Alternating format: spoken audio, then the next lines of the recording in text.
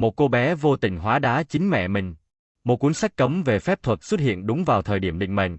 Và một kẻ giấu mặt, đội chiếc mũ vành rồng cùng chiếc mặt nạ hình con mắt, đã âm thầm theo dõi cô từ rất lâu trước khi bi kịch xảy ra. Nếu những lời thần chú của Coco không phải là một tai nạn, mà là một phần trong kế hoạch đã được sắp đặt từ trước thì sao? Hôm nay, chúng ta sẽ cùng giải mã một trong những bí ẩn lớn nhất của Witchhack Atelier.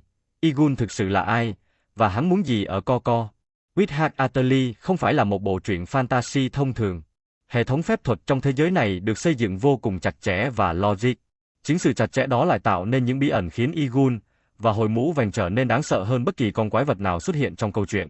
Để hiểu vì sao Egun nguy hiểm đến vậy, trước tiên chúng ta phải hiểu luật chơi của thế giới này. Trong Witchhack Atelier, phép thuật không đến từ năng lực bẩm sinh hay dòng máu đặc biệt. Bất kỳ ai cũng có thể sử dụng phép thuật, miễn là họ biết cách vẽ đúng vòng tròn ma thuật với những ký hiệu chính xác. Đây là một ý tưởng vô cùng độc đáo. Phép thuật ở đây giống như một loại công nghệ có thể học được, chứ không phải đặc quyền dành cho số ít. Và cũng chính vì ai cũng có thể học được, thế giới này buộc phải đặt ra những luật lệ nghiêm ngặt để kiểm soát nó. Quan trọng nhất là hiệp ước phép thuật. Theo hiệp ước này, mọi loại phép thuật tác động trực tiếp lên cơ thể con người đều bị cấm tuyệt đối. Ngoại lệ duy nhất là phép xóa ký ức. Ngoài ra, những loại phép thuật có khả năng gây hậu quả nghiêm trọng cho thế giới cũng bị xếp vào cấm thuật. Nghe có vẻ như đây là một hệ thống bảo vệ nhân loại, nhưng vấn đề nằm ở chỗ, ai mới là người có quyền quyết định phép thuật nào là nguy hiểm, và phép thuật nào được phép tồn tại. Chính khoảng trống đó đã tạo cơ hội cho những kẻ như Egun và hồi mũ vành xuất hiện. Giới phù thủy trong thế giới này được chia thành hai phe rõ rệt. Phe thứ nhất là các phù thủy chính thống. Họ tuân thủ luật pháp, không sử dụng cấm thuật và giữ bí mật về phép thuật với người bình thường. Đây là phe của Kifri, người thầy của Coco. Phe thứ hai là hội mũ vành. Những phù thủy luôn che mặt dưới chiếc mũ vành rộng. Họ phủ nhận toàn bộ hệ thống luật lệ hiện tại và sẵn sàng sử dụng mọi loại cấm thuật để đạt mục đích. Egun chính là một thành viên của phe này. Thực ra, cái tên Witchhack Atelier cũng mang hai tầng ý nghĩa. Atelier là xưởng học việc, nơi Coco được Kifri đào tạo.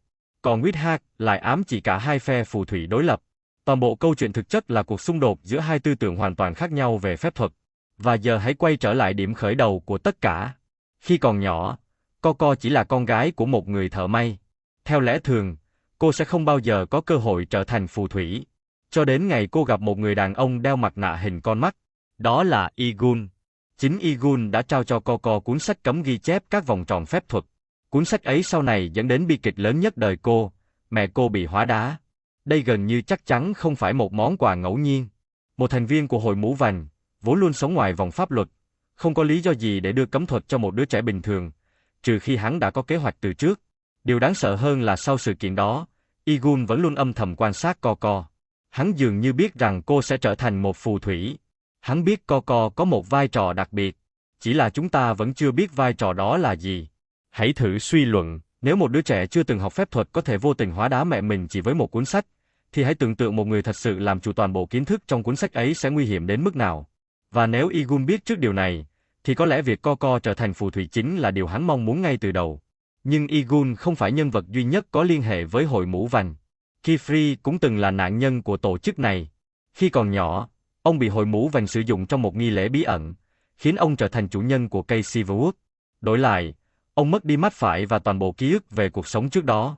Đây là một chi tiết cực kỳ quan trọng, bởi nó cho thấy hội mũ vành không chỉ lợi dụng riêng Coco. Họ dường như đã lặp đi lặp lại cùng một kiểu nghi lễ, với nhiều đứa trẻ qua nhiều thế hệ. Nói cách khác, Kifri có thể chính là một Coco của quá khứ.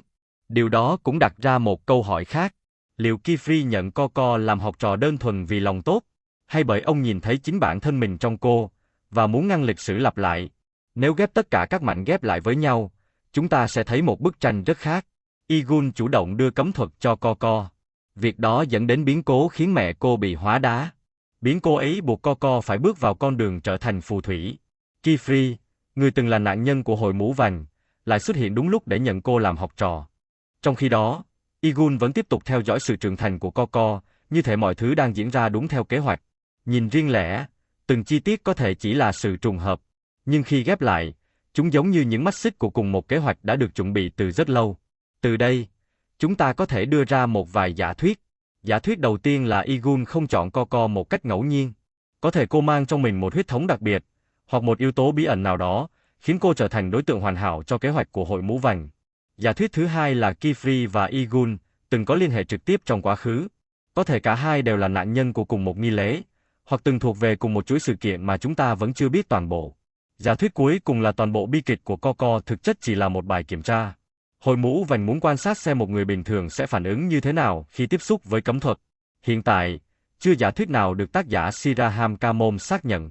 Nhưng cả ba đều có một điểm chung. Igun chưa bao giờ hành động một cách ngẫu nhiên. Và nếu điều đó là sự thật, thì hành trình của Coco không chỉ đơn thuần là câu chuyện trưởng thành của một cô bé học phép thuật. Đó có thể là một phần trong một kế hoạch lớn hơn rất nhiều, một kế hoạch mà chính Coco vẫn chưa hề nhận ra mình đang bị cuốn vào. Đó cũng là điều khiến Witchard Atelier khác biệt so với nhiều tác phẩm fantasy khác. Kẻ thù lớn nhất ở đây không phải một con quái vật hay một ma vương, mà là một hệ thống luật lệ, nơi không ai biết chắc ai mới là người đang thực sự kiểm soát cuộc chơi. Hội mũ vành không xuất hiện như những kẻ phản diện điển hình. Họ ẩn mình trong chính cấu trúc của thế giới phép thuật, và âm thầm thao túng số phận của những đứa trẻ không có khả năng tự bảo vệ mình. Vì vậy, bí ẩn về Igun không chỉ là câu hỏi hắn là ai, mà còn là câu hỏi lớn hơn nhiều. Liệu Coco có thực sự đang tự viết nên câu chuyện của mình? Hay ngay từ đầu, con đường cô đi đã được một ai đó vẽ sẵn?